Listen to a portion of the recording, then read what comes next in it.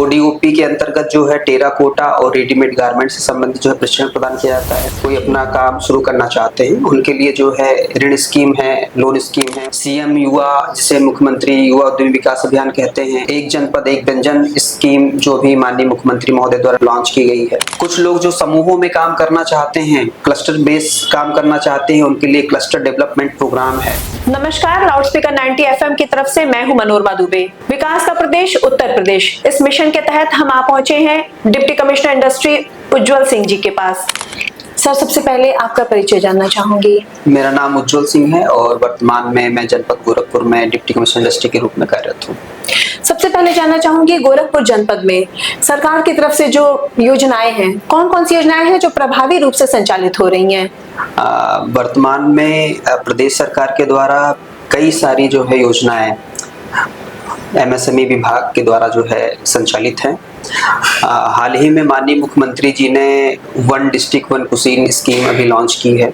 इसके अतिरिक्त जो है ओडीओपी, मुख्यमंत्री युवा स्वरोजगार योजना, सीएम युवा जिसे हम लोग मुख्यमंत्री युवा उद्यमी विकास अभियान कहते हैं, विश्वकर्मा श्रम Samman Yojana, ODOP tool kit योजना, इसके अतिरिक्त जो है एमएसएमई 2022 और टेक्निकल अपग्रेडेशन, ऐसी तमाम योजनाएं जो हैं संचालित हैं, जिनका जो है लाभ समाज के विभिन्न तबके के लोग जो है उठा रहे हैं। जो संबंधित व्यक्ति हैं इस योजनाओं के, वो किस प्रकार से लाभान्वित हो रहे हैं? जो विभाग के द्वारा योजनाएं संचालित हैं उसमें उनको जो है ट्रेनिंग देने से लेके, यानी कि उनको कौशल उन्नयन से लेके और उनको कैसे जो है स्वरोजगार तक ले जाने के जितने भी चरण होते हैं, हर एक चरण पे जो है हमारी जो विभागीय योजनाएं हैं सरकार के द्वारा जो संचालित हैं उसका लाभ लिया जा सकता है। उदाहरण के लिए, जैसे यदि कोई व्यक्ति प्रशिक्षित नहीं है किसी विधा में, तो विश्वकर्मा श्रम सम्मान योजना के अंतर्गत जो है दर्जी, लोहार, नाई, टोकरी बुनकर, ऐसे तमाम जो है जो विधाएं हैं उसमें उनको जो है प्रशिक्षण उनको प्राप्त होता है। ओडीओपी के अंतर्गत जो है टेराकोटा और रेडीमेड गारमेंट से संबंधित जो है प्रशिक्षण प्रदान किया जाता है। ऐसे लोग जब प्रशिक्षण प्राप्त कर लेते हैं और साथ ही अन्य लोग जो इस काम में इच्छुक हैं, कोई अपना काम शुरू करना चाहते हैं, उनके लिए जो है ऋण स्कीम है, लोन स्कीम है। उदाहरण के लिए ओडीओपी मार्जिन मनी स्कीम है, मुख्यमंत्री युवा स्वरोजगार योजना है, सीएम युवा जिसे मुख्यमंत्री युवा उद्यमी विकास अभियान कहते हैं। इसके अतिरिक्त एक जनपद एक व्यंजन स्कीम जो भी माननीय मुख्यमंत्री महोदय द्वारा लॉन्च की गई है,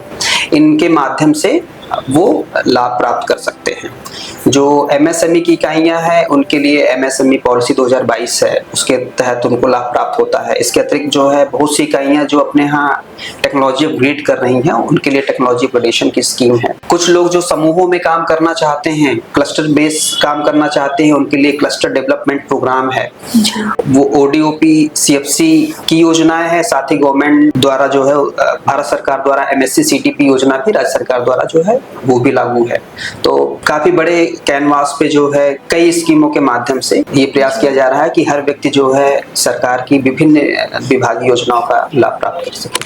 हमारी आधी आबादी महिलाएं, युवाओं के लिए और जो जन समूह में जो लोन करते हैं, इन लोग के लिए क्या क्या योजनाएं हैं, किस तरह से ये लाभान्वित हो रहे हैं? उसमें सभी स्कीमों में जो है विशेषकर महिलाओं के लिए विशेष जो है प्राविधान किया गया है।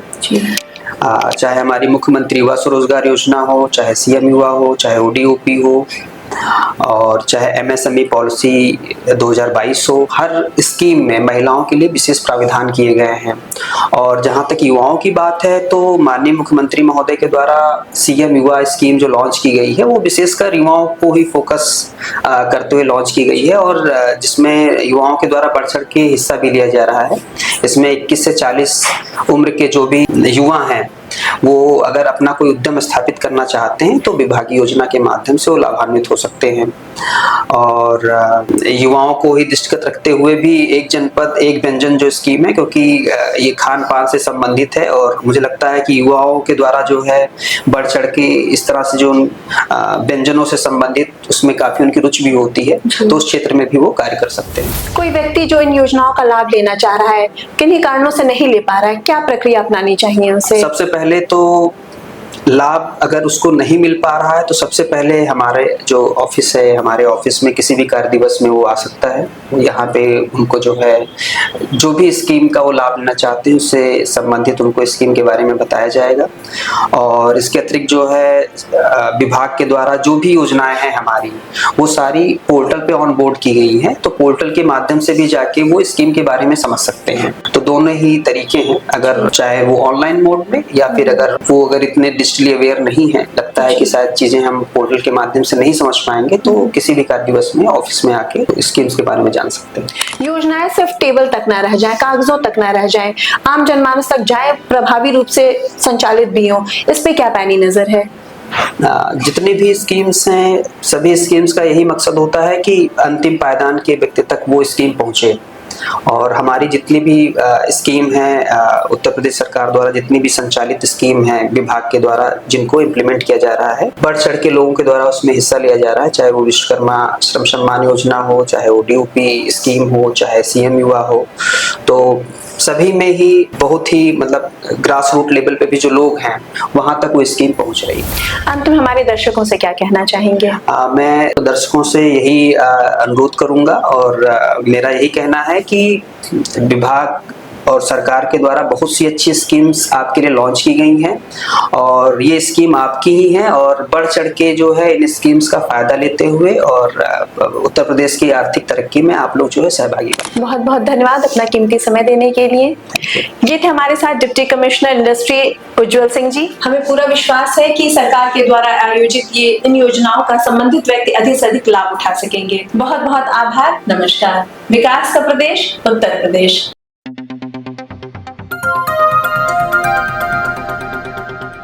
बजाओ जरा झूम के बजाओ, बजाओ बजाओ जरा झूम के बजाओ।